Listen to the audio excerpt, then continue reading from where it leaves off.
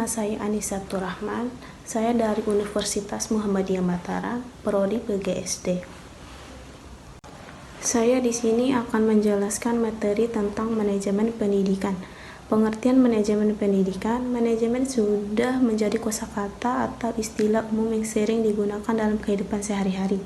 Penggunaan kosakata manajemen sudah barang tentu dalam makna pengertian tertentu, baik pengertian secara etimologis maupun dalam bentuk definisi operasional.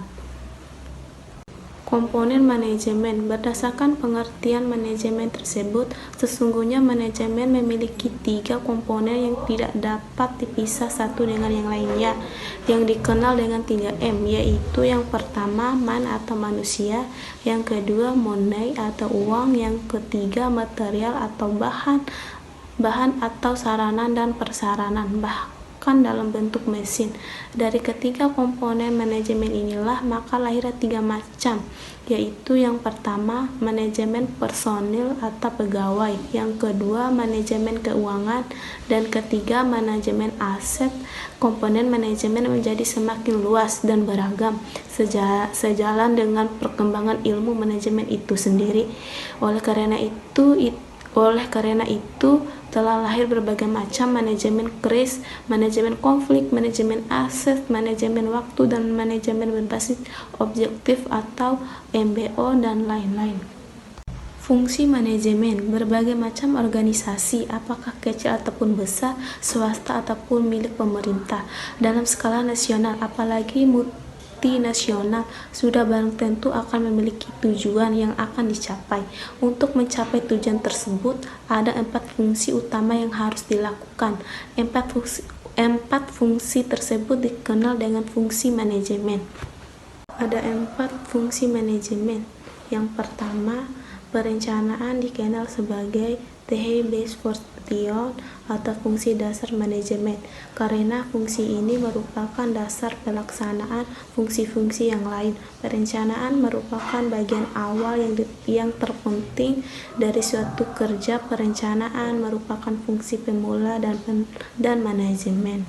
Fungsi yang kedua, organisasi atau organizing. Fungsi ini, manajemen ini dikenal sebagai the basecamp function atau fungsi basecamp, fungsi perorganisasian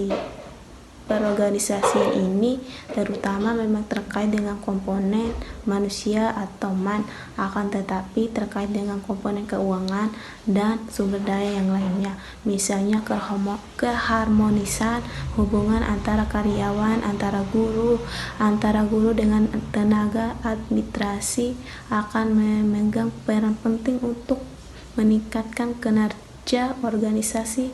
Para staf antara karyawan harus memahami visi dan misi organisasi. Fungsi yang ketiga adalah pengarahan atau directing. Bekerja di bawah fungsi ini membantu manajemen untuk mengontrol dan melakukan supervisi terhadap kegiatan semua staf dan atau pemangku kepentingan, termaksud melakukan bantuan dan bimbingan teknik kepada semua staf, pemberian motivasi, komunikasi, kepemimpinan, dan dukungan terhadap semua staf atau semua pangku kepentingan merupakan bagian yang penting dalam proses melaksanakan fungsi pengarahan dalam manajemen. Fungsi yang keempat, kontrol. Hasil termaksud dalam fungsi kontrol ini adalah penetapan standar kinerja organisasi, yaitu standar pencapaian yang tetap berdasar tujuan organisasi. Misalnya, sekolah telah menetapkan reratan hasil UN tahun depan. Termaksud dalam fungsi kontrol ini adalah melakukan penilaian dan pelaporan secara rutin kepada semua pemangku kepentingan sekolah. Baik, saya akan memberikan kesimpulan tentang manajemen pendidikan. Manajemen pendidikan yaitu suatu proses perencanaan, perorganisasian, dan pelaksanaan dan pengawasan yang mengelola sumber daya, yang mana hal itu bisa berupa manusia yang beruang, bahan, metode, mesin, pasar, dan semua hal yang untuk mencapai tujuan pendidikan yang efektif dan efisien. Untuk mewujudkan hal tersebut tentu saja membutuhkan sebuah rencana dan perencanaan yang matang sebelumnya. Sekian dari kesimpulan saya tentang manajemen pendidikan. Wabillahi taufiq wal hidayah. Wassalamualaikum warahmatullahi wabarakatuh.